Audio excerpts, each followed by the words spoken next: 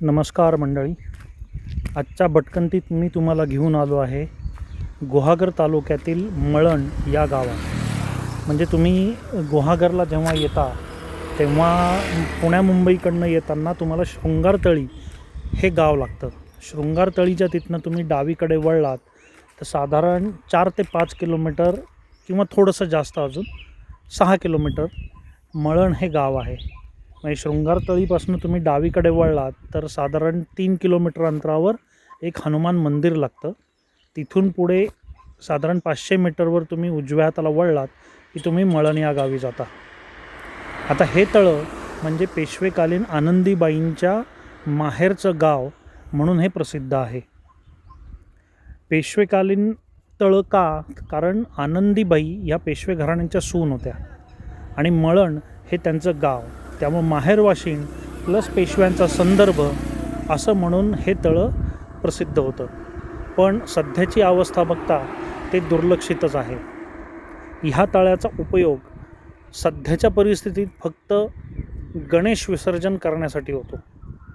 आता गुहागर हे पर्यटन स्थळ इतकं सुंदर आहे की ज्याला बीच भरपूर आहेत, काही किल्ले आहेत आणि मळण हे साधारण 4 ते 5 किलोमीटर अंतरावरील ठिकाण जर सरकारने थोडंसं लक्ष देऊन हे जर विकसित केलं तर छानपैकी एक पर्यटन स्थळ म्हणून इथे हे नावारूपास येऊ शकतं.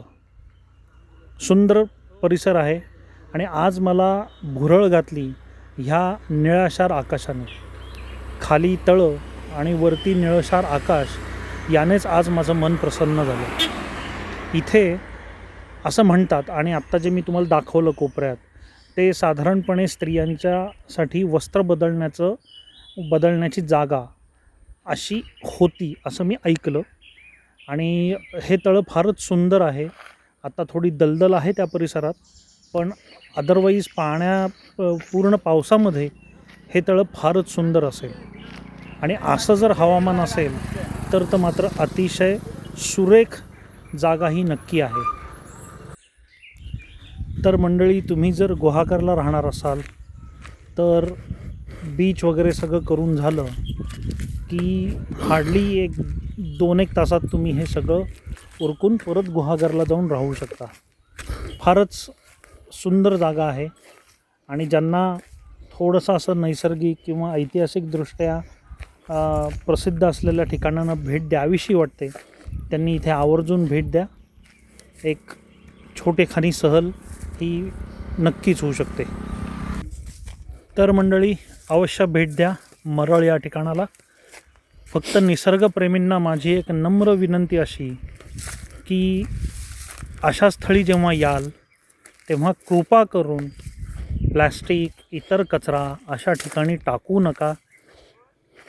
अशा टाकलेल्या बाटल्या ह्या आपण फेकतो आणि नंतर आपणच त्याच्यावरती टीका करतो की ही जागा किती घाण आहे. आपल्यामुळेच हे सगळं घडतं आहे, त्यामुळे स्वच्छ ठेवायचा प्रयत्न करा. धन्यवाद. सचिन प्रदीप खरे.